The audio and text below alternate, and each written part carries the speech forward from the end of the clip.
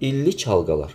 İllik halqalar bilirik ki, botanikada gövdənin daxili quruluş dərsində keçmişdik və bu gövdəyə, bitkilərə aid sualdır. Həmişə eyni qalınlıqda olur. Xeyr, eyni qalınlıqda olmaya da bilər. Çünki qütblərdə və yaxud da ki, ekvatordan kənara qütblərə getdikcə iqlim, hava dəyişildiyi üçün eyni qalınlıqda olmaya da bilir. Gövdənin kombi qatında yerləşir.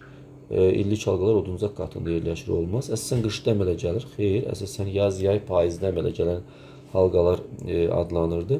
Gövdənin özəç qatında yerləşir. Xeyr, dedik oduncaq qatında yerləşirdi.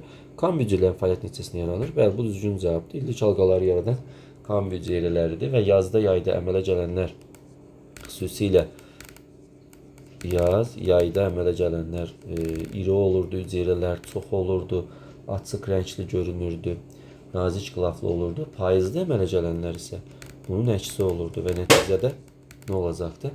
Nəticədə